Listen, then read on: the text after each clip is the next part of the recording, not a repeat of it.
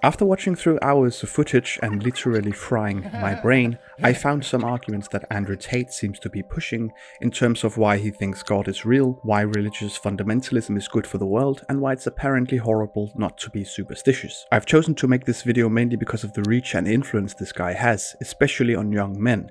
These are issues of great moral, philosophical and scientific relevance, so I think it's important to address them, especially when they are that misleading. And as you will see throughout this video, rather dangerous ideas. So let's dig in. The first argument that I would like to talk about is a moral argument in which he says, I think Newton's, it's third law, equal and opposite force, what you just said there is absolutely true. There has to be an equal and opposite force to all the evil in the world. And that the equal and opposite force to all that evil has to be God.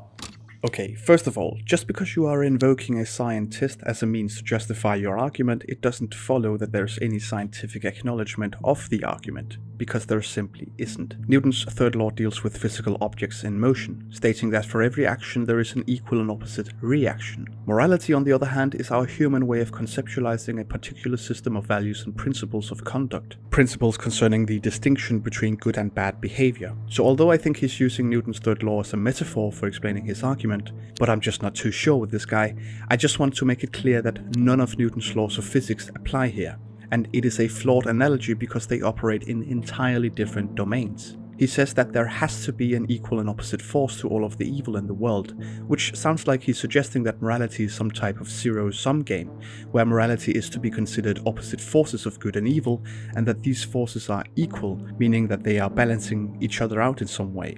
As if in this world of ours, morality is fixed and confined to some limit, that if someone does a good deed in one place, then there has to be someone or something that does something bad somewhere else, and vice versa. This definitely isn't the case, and I don't think I even have to explain why it isn't so. Moreover, morality isn't even a fixed variable.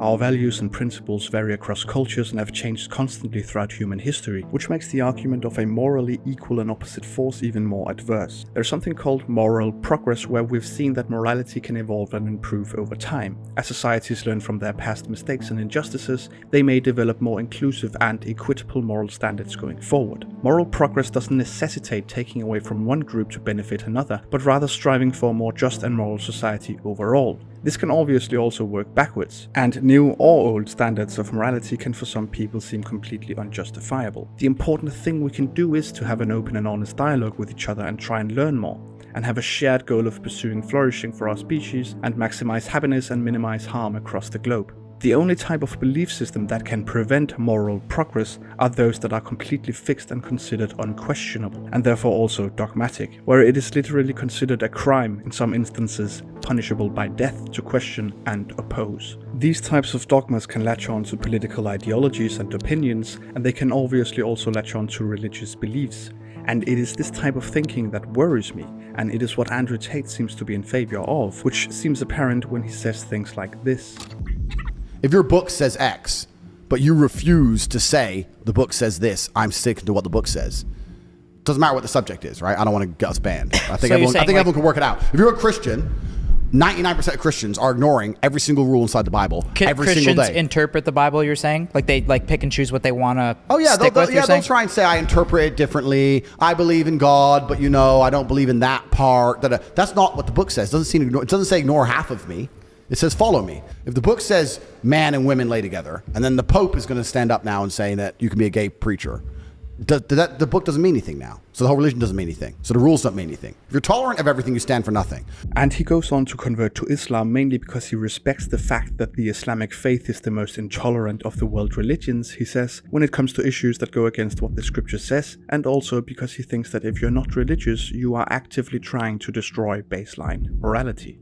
They genuinely have a problem with baseline morality. And there are people out there in the world today doing the work of the devil, genuine demons, who are trying to destroy the baseline morality that's inside of all of us. We're all born with some kind of morality, and they're trying to destroy it. And that's the thing with this guy when he addresses issues of morality and religion. He talks about a certain group that he calls they. Then they want all of that gone, so they can tell you the sky is green. They're trying to program us all into slaves. Who are malicious, demonic, and have no concern for humankind whatsoever. And then he justifies his own beliefs by throwing all non-believers into this group. And so let's go back and look at the last part of his first argument. And the equal and opposite force to all of the evil in the world has to be God. This is where I think we can really begin to understand his view of human nature. Not only is morality considered to be a zero-sum game with a lot of evil in this world, and I agree with him that there is a lot of evil in this world, but the good that happens and balances out this morality zero-sum game has to be God, according to him. He doesn't attribute this to anything that we humans are responsible for, but rather it is a divine being that takes care of this.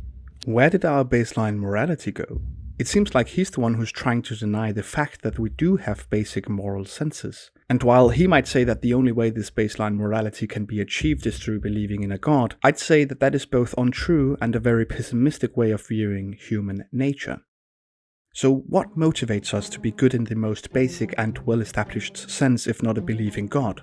Such as the instinctive love we have for our children, nearest family, close friends and so on, and why most of us anyway have no interest in causing harm to other people. The most obvious non-superstitious answer to this question is that we've derived it through our evolutionary roots, where these moral behaviors such as cooperation, empathy and altruism may have conferred survival and reproductive advantages to early human ancestors. These behaviors could have been selected for over time because they increased the likelihood of group coercion and cooperation, which in turn improved the chances of survival and reproduction. So this narrative that all non-religious people are trying to destroy baseline morality is a complete non sequitur. We think that it is an intrinsic motivation that makes us inherently good people, whereas it seems like he thinks that our goodness are derived from an extrinsic motivation, either by pursuing heavenly rewards or because of fear of eternal punishment that will be handed out by this divine judge. I think that by saying that only God can be responsible for the good in this world is in and of itself an attempt to wash away the goodness that are inside all of us, our inherent moral senses. And beyond these inherent moral senses, there are of course external factors such as culture, upbringing and the environment we find ourselves in and the experiences we've had throughout our lifetime that adjust our moral principles and values, which can be observed by the way they differ across the globe and have evolved over time. Okay, so who or what is this God? Regardless of whether you're an atheist or not, you're thinking of God as a man in the sky, but you need to think of God as a concept as a whole. And once you do that, it's impossible to accept that he doesn't exist, right? I said to the atheist, I said, let's say there was 2 islands. You're shipwrecked, right? And there's 2 islands. Both of them are full of savages. On one island, you and your friend are shipwrecked. On one island, your friend goes and he crashes and they kill him and they eat him. And you go to another island and they want to kill you and eat you, but they don't because it's against their religion. Mm-hmm. Did God save your life? The concept of God in and of itself saved your life. You owe God just for the concept of it, the idea of it. So even the idea of opposing evil as a whole is a belief in God. So you're either an evil person or you believe in God in some regard. It's definitely true that God as an idea and concept clearly manifests itself in this world. You can make the same argument if you take 2 groups of kids, and in the one group you tell them that if they don't behave well throughout the year, Santa Claus is not going to bring them any presents for Christmas, and the other group are not being told anything about Santa. So when the group with the kids who believe in Santa Claus are better behaving children, then it's impossible to accept that Santa doesn't exist. Right? In the 1500s in medieval Europe, witches were apparently real then. The idea of it was clearly real since the misfortunes that the society were experiencing, such as bad crops, plagues and so on, were obviously the result of witchcraft. So women were put on trial by the Christian authorities and burned alive for practicing evil spells. So yes, it's true. These superstitious ideas are clearly having an effect in this world. The question is it rational? And are the various religions' different concepts of God good for the world? In his argument, he only mentioned a good aspect of how a superstitious belief can lead to improved moral behavior. So what about the bad? I have no problem with the concept of a Santa Claus for adults that genuinely improves the overall behavior of people, but that does not seem to be the case when we talk about how the idea of God manifests itself in this world. What about all the violence that is committed in the name of God? The wars that have been fought over religious indifferences? The territorial disputes that cause death and violence because each side claims that God has assigned them a piece of land? Even within the religion of Islam, you have conflicts that result in death and bloodshed with the Sunni-Shia divide. Mosques filled with people that are blown into pieces.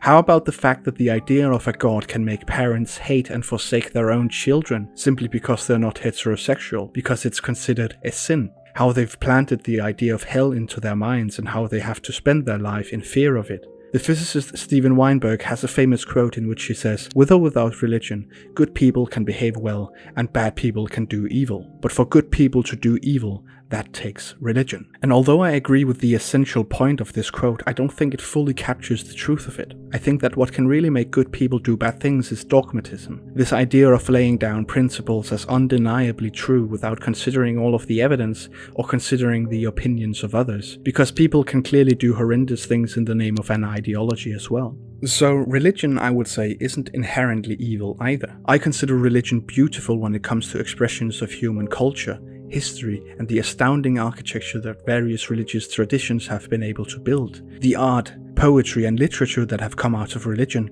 and the traditions and rituals that are practiced across different cultures because of their religions. Honoring the love of two people in marriage, or having funerals as a means to honor and remember a person who has passed away. Giving communities a sense of belonging. This is all great and are magnificent aspects of our world religions. It's the dogmatism that corrupts belief systems, whether we're talking about ideologies or religions. And ideas such as, you have to follow what the book says entirely, otherwise the religion is worthless. Ideas like this are extremely harmful and corrosive of human flourishing, because it is a call for more dogmatism, and more dogmatism will only lead to bigger divides between moral communities. And if open and honest dialogue is out of the question, if all we've got to work with is different versions of edicts and verdicts written in Iron Age texts, then it can only lead to more violence. We have to keep an open mind and discuss our moral issues as society progresses, instead of anchoring our entire worldview to that of the Iron Age. The last part of his argument simply confirms my initial hunch of how he views human nature, in that he clearly thinks that humans have no inherently good moral principles inside of them. It has to come through this concept or idea of a god, apparently. He also talks about spirituality, where he once again accuses they of trying to destroy it because they don't possess it. Then all atheists have given into this cult of Satan.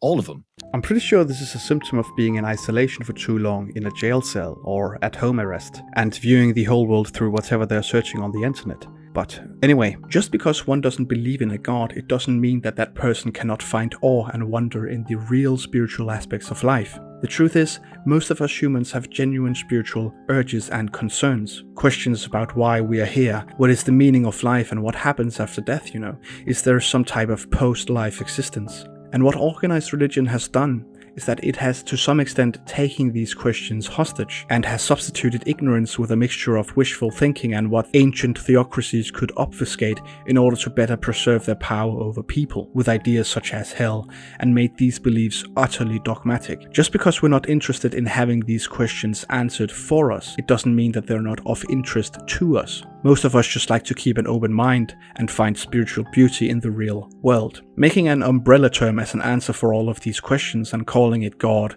isn't being spiritual. It's putting a lid on spirituality. So I would say that spirituality is best achieved in the world of science, because it enables our innate human endeavor, our curiosity. Science helps us understand the natural world, and from that understanding we can experience a sense of awe, wonder, and a deep appreciation of the cosmos and the amazing life surrounding us, the interconnectedness of all living beings. And without the constraints of dogmatism, we can truly begin to emphasize the value and potential of human beings to create meaning, foster ethical behavior, and cultivate compassion and empathy without some ancient playbook that forces you to adopt a specific standpoint with a threat of eternal punishment.